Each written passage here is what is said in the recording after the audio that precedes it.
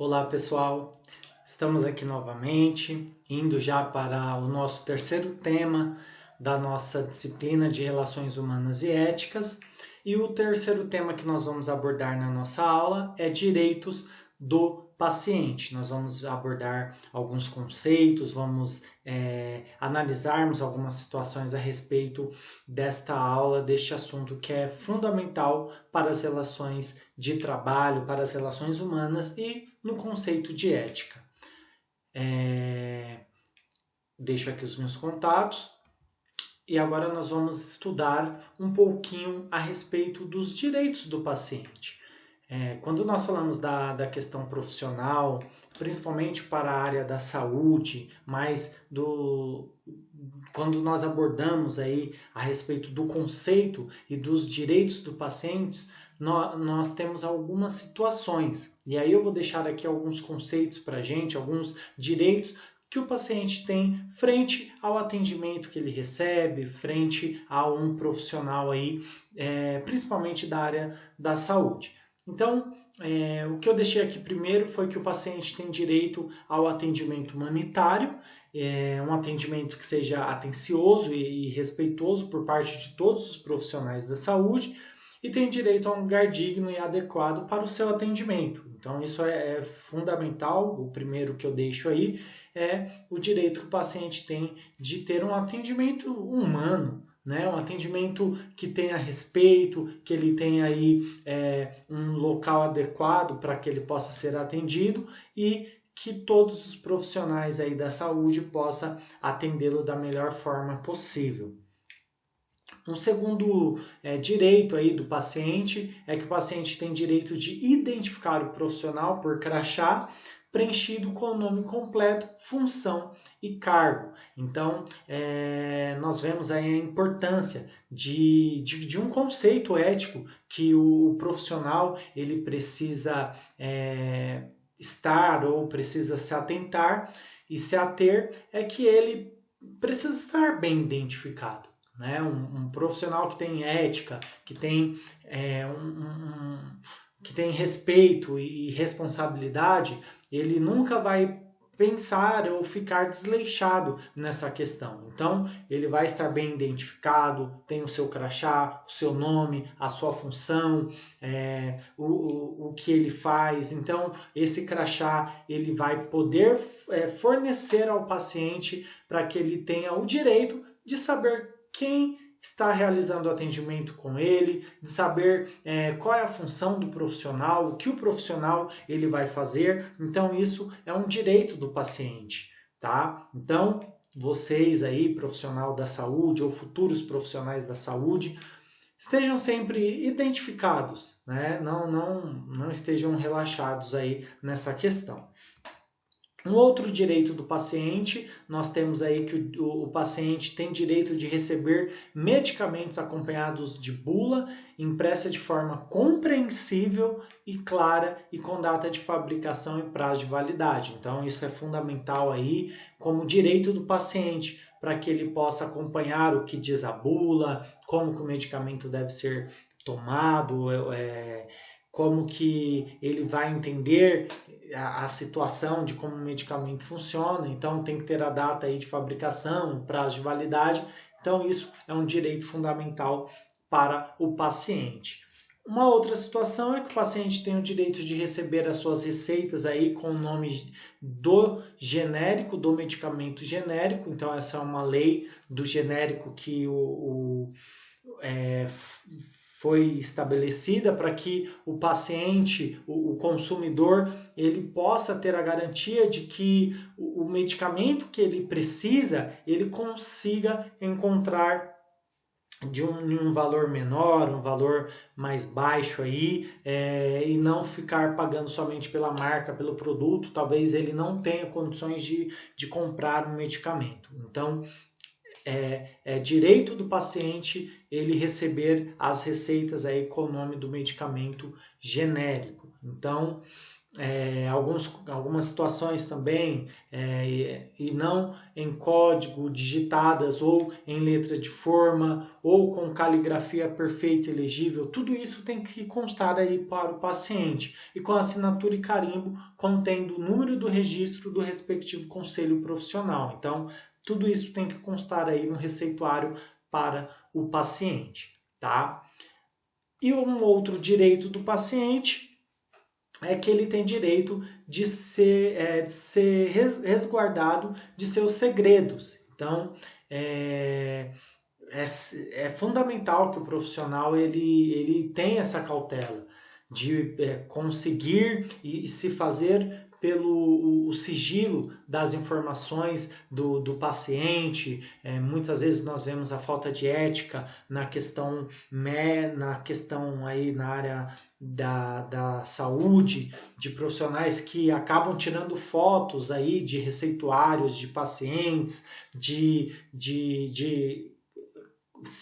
laudos laboratoriais e acabam divulgando em grupos, e até mesmo deixando aí para trás essa questão do segredo do paciente, ele se resguardar. Então, é direito do paciente ele ser resguardado aí dos seus segredos quando se trata aí das suas doenças, da sua saúde, tá? Muito bem, nós vimos a respeito dos direitos do paciente. Eu falei para vocês aí 5 direitos que o paciente ele tem frente ao atendimento e também o profissional ele tem que se ater a isso, tá?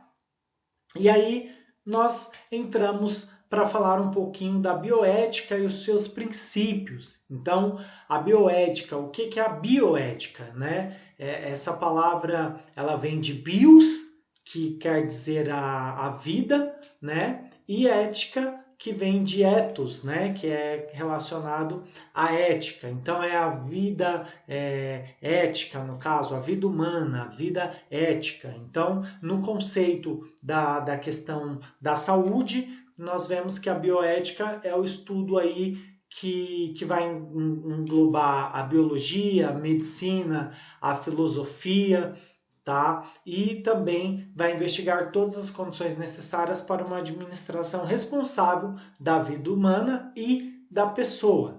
Então, a gente vê também que o nome da bioética ele acabou criando força após aí a tragédia do Holocausto que aconteceu, né, da Segunda Guerra Mundial. Então, nesse período do Holocausto, muitas experiências foram realizadas sem o consentimento da vida das pessoas. Então, eram realizados testes em pessoas que talvez estavam debilitadas e eles realizavam testes nas pessoas em prol da ciência, em prol da evolução. E aí foi se criado esse conceito da bioética, de frear essas situações, de perceberem que a vida ela é mais importante do que a ciência. Né, de colocar aí a vida à frente da ciência, de frear algumas situações que médicos pegavam aí crianças que tinham problemas mentais e aplicavam determinados tipos de medicamentos com o pensamento de que a pessoa já tem uma saúde que não tem jeito, então vamos fazer testes nelas. Então aconteciam coisas absurdas aí nessa tragédia do Holocausto aí da Segunda Guerra Mundial durante esse período. Então a bioética ela veio para frear e deixar a vida em primeiro lugar, para depois vir a ciência, para depois vir a evolução, a tecnologia, tá? Então, foi-se criado aí um código para limitar os estudos relacionados. Então, formula-se também a ideia de que a ciência não é mais importante do que o homem, foi o que eu acabei de falar, tá? E aí foi se criando esse respeito à vida. Então, a bioética ela é um estudo aí disciplinar que tem a ver com bios de vida e ética, né? E ética que tem a ver aí a vida ética. Então, a questão ética aí nas relações clínicas na área da saúde. Muito bem, pessoal. Também, segundo aí Hélio Sgreccia, no Tratado de Bioética, há hoje 3 diferentes momentos da bioética, que nós vamos ver. O primeiro é a bioética geral, que aí envolve os valores e os princípios ordinários da ética médica. Então, eu mencionei como que surgiu a ética, o que é a bioética, no caso, que é a vida e a ética. Então, o respeito à vida em primeiro lugar e não a ciência, né? Não que eu estou falando não a ciência é muito importante para a vida humana, né? Para todo o planeta, mas não deixar que a ciência fique à frente da vida, tá? É isso que eu quero dizer. E aí, essa bioética geral, que envolve todo um pouco disto. E aí também temos a bioética clínica, que aí já vai examinar aí algumas situações na prática médica e os valores. Então tem a ver muito mais com as práticas éticas, a bioética clínica. Então, sendo que a escolha ou não de um princípio de avaliação condicionará a avaliação do caso. Então, essa bioética não pode ser separada da bioética geral. Então, nós temos a bioética geral e nós temos a bioética clínica, que envolve as práticas médicas aí, os conceitos médicos, o que acontece nas práticas médicas aí para conceituar os valores médicos. Então, nós temos a bioética clínica. Nós temos a bioética especial, que é a análise de problemas no campo médico e biológico. Então, aí tem a ver mais com a questão de assuntos laboratoriais, né? Aí já começa a envolver um pouquinho da questão da eutanásia, que é aquela morte correta, que nós vamos ver aqui alguns conceitos mais para frente, tá? Então, segundo Hélio Sgreccia, no Tratado de Bioética, tem 3 diferentes momentos: a bioética geral, a clínica e a especial, tá? E aí, qual que é o objetivo da bioética? É identificar valores e normas que guiem o agir humano.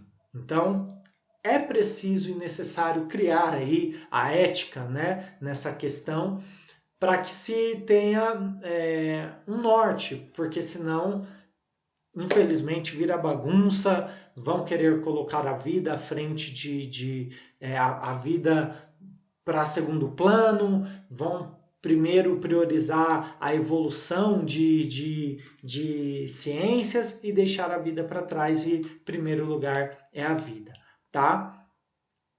Nas relações médicas, nas relações aí que nós estamos vendo. Então, a bioética defende o conceito de morte correta.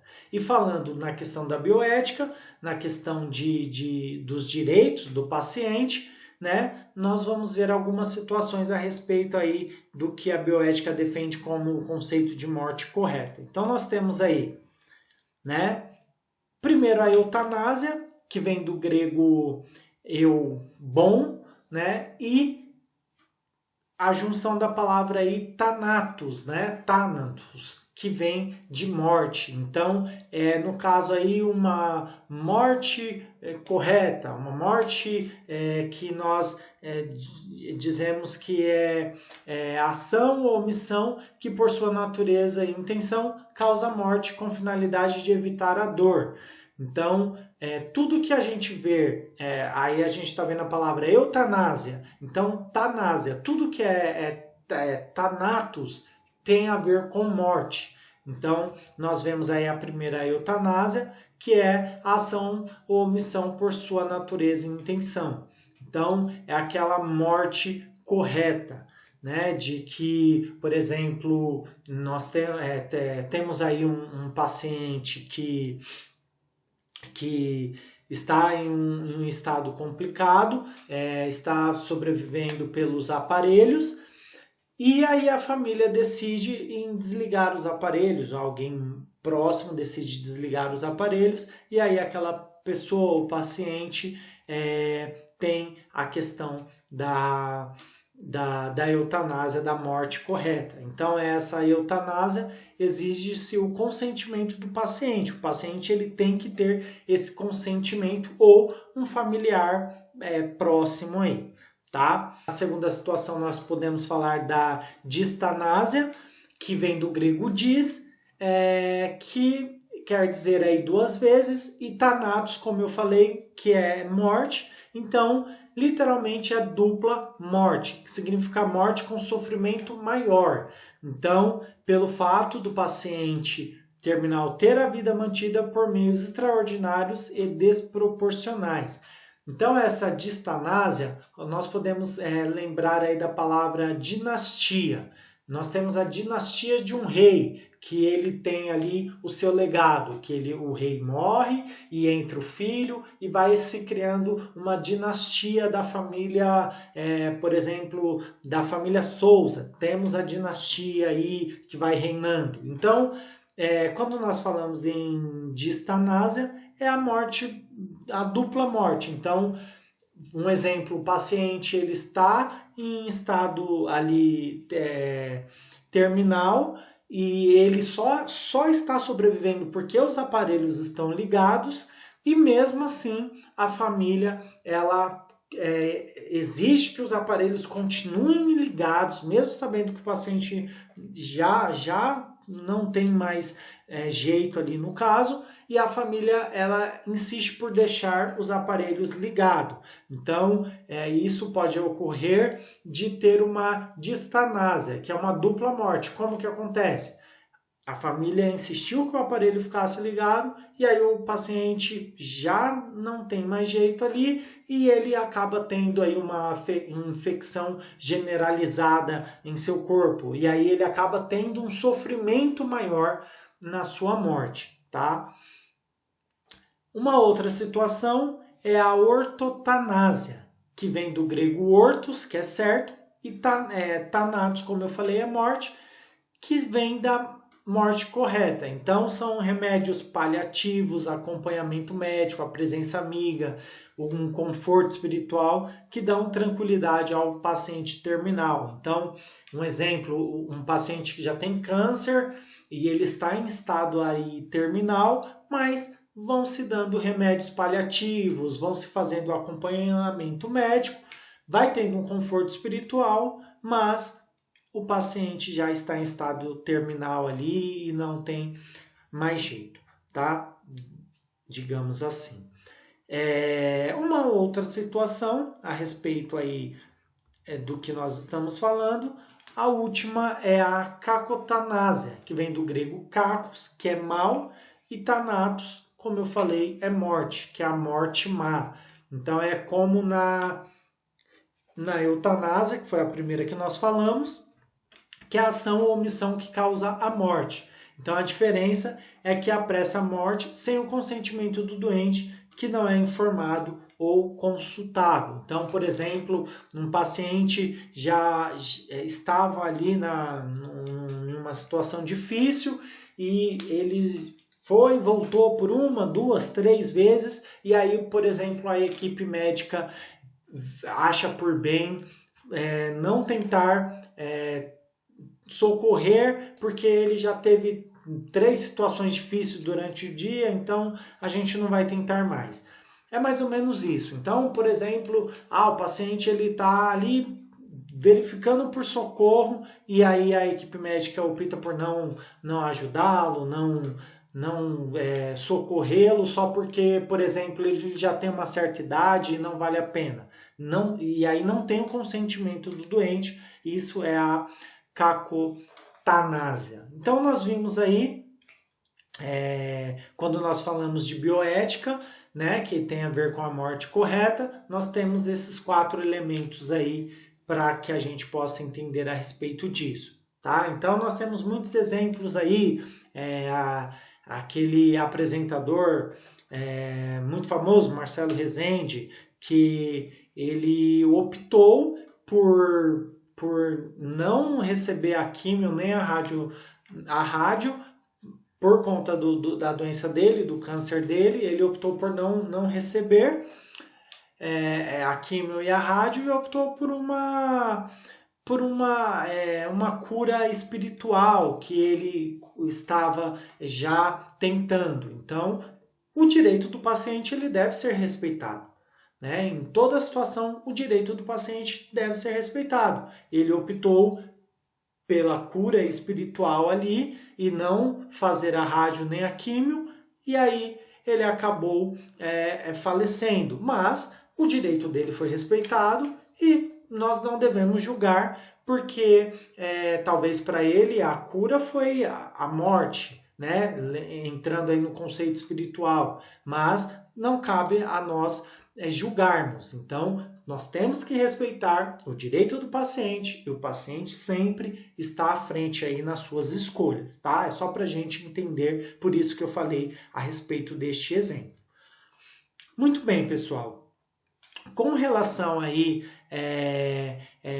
que nós vemos a relação da bioética com a medicina, nós temos aí a psicologia e o direito que mostram seu caráter multidisciplinar e os seus princípios, que são a autonomia, que é o respeito às pessoas, que aí o profissional da saúde deveria ser o primeiro a defender a autonomia do doente, pois ele sabe no exercício profissional o significado da liberdade de escolha, que é uma prática que deve ser voltada ao benefício tanto do profissional da saúde quanto do enfermo.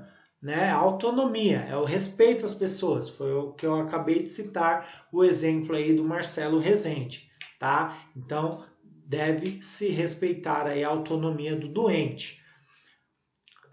O segundo princípio é a beneficência, que é cuidar sempre, então é curar sempre que possível, você sempre fazer o bem ao doente, sempre visar o bem, nunca visar o mal, em qualquer profissão aí da saúde, você sempre deve ter a preocupação em fazer o bem, né? Em deixar o doente bem, em aliviar a dor na questão do que o paciente está. Tá? É a beneficência. E a terceira é a justiça, que implica a garantia da distribuição justa de danos e benefícios, igualdade de direitos referente aos serviços de saúde. Então é importante entender que a autonomia é um princípio mais diretamente ligado ao paciente. Então, está relacionada aí à sociedade como um todo. Então, o paciente ele precisa ter o direito de justiça aí quando ele se sentir lesado por alguma situação, tá? Então, é mais para que a gente possa entender a respeito aí da relação da bioética com a medicina, que nós temos aí os princípios da autonomia, da beneficência e da justiça, que esses princípios foi criado aí na década de 70 aí, que foi se criado um relatório para que se pudesse ter aí esses princípios da relação da bioética com a medicina, tá? Muito bem, pessoal. Para encerrarmos nossa aula, né, eu deixo aqui como um resumo que a bioética é uma busca da filosofia do direito à saúde que todo profissional ligado à área deve cuidar. Então é aquilo que eu falei. Primeiro, deve-se ter ética com a vida, o respeito pela vida, né? Não deixar à frente situações que queiram, vamos ter a evolução, a ciência, é importante ter, mas em primeiro lugar é a vida, é o respeito à vida, é a ética à vida, é a autonomia do paciente, é o direito de escolha do paciente. Então, é por isso que nós temos aí essa aulinha para que a gente possa entender a respeito deste conceito, tá? Nós temos por último aqui a mensagem aos profissionais da saúde. Qual que é a mensagem? De agora em diante, se não possui esse hábito, seja aprendiz da técnica de ouvir o doente e não somente se preocupar com a doença, pois o ser humano é muito mais do que físico, né? Do que a doença, que é um órgão. Ele é um ser com personalidade própria, ele pensa, ele sente, ele se relaciona. Então, primeira coisa que nós devemos entender é que precisamos ter ética nas relações aí quando falamos de situações médicas, situações clínicas e com relação ao paciente. Devemos ter que ouvir e ter um cuidado e termos hábitos aí melhores a respeito do paciente, tá? Então essa foi o tema 3 que nós estudamos, que foi do direito do paciente, e eu espero que vocês possam ter aprendido aí um pouquinho a respeito disso. E aí eu deixo as atividades para que a gente possa fixar aí, ter como presença e também valendo nota. Vocês vão citar 2 direitos do paciente que você achou interessante. A questão 2, defina bioética. A questão 3, defina ortotanásia. A questão 4, defina eutanásia. E a questão 5, segundo Hélio Sgreccia, no Tratado de Bioética, hoje há 3 diferentes momentos da bioética. Então, cite e explique quais são aí esses 3 momentos aí, essas 3 práticas.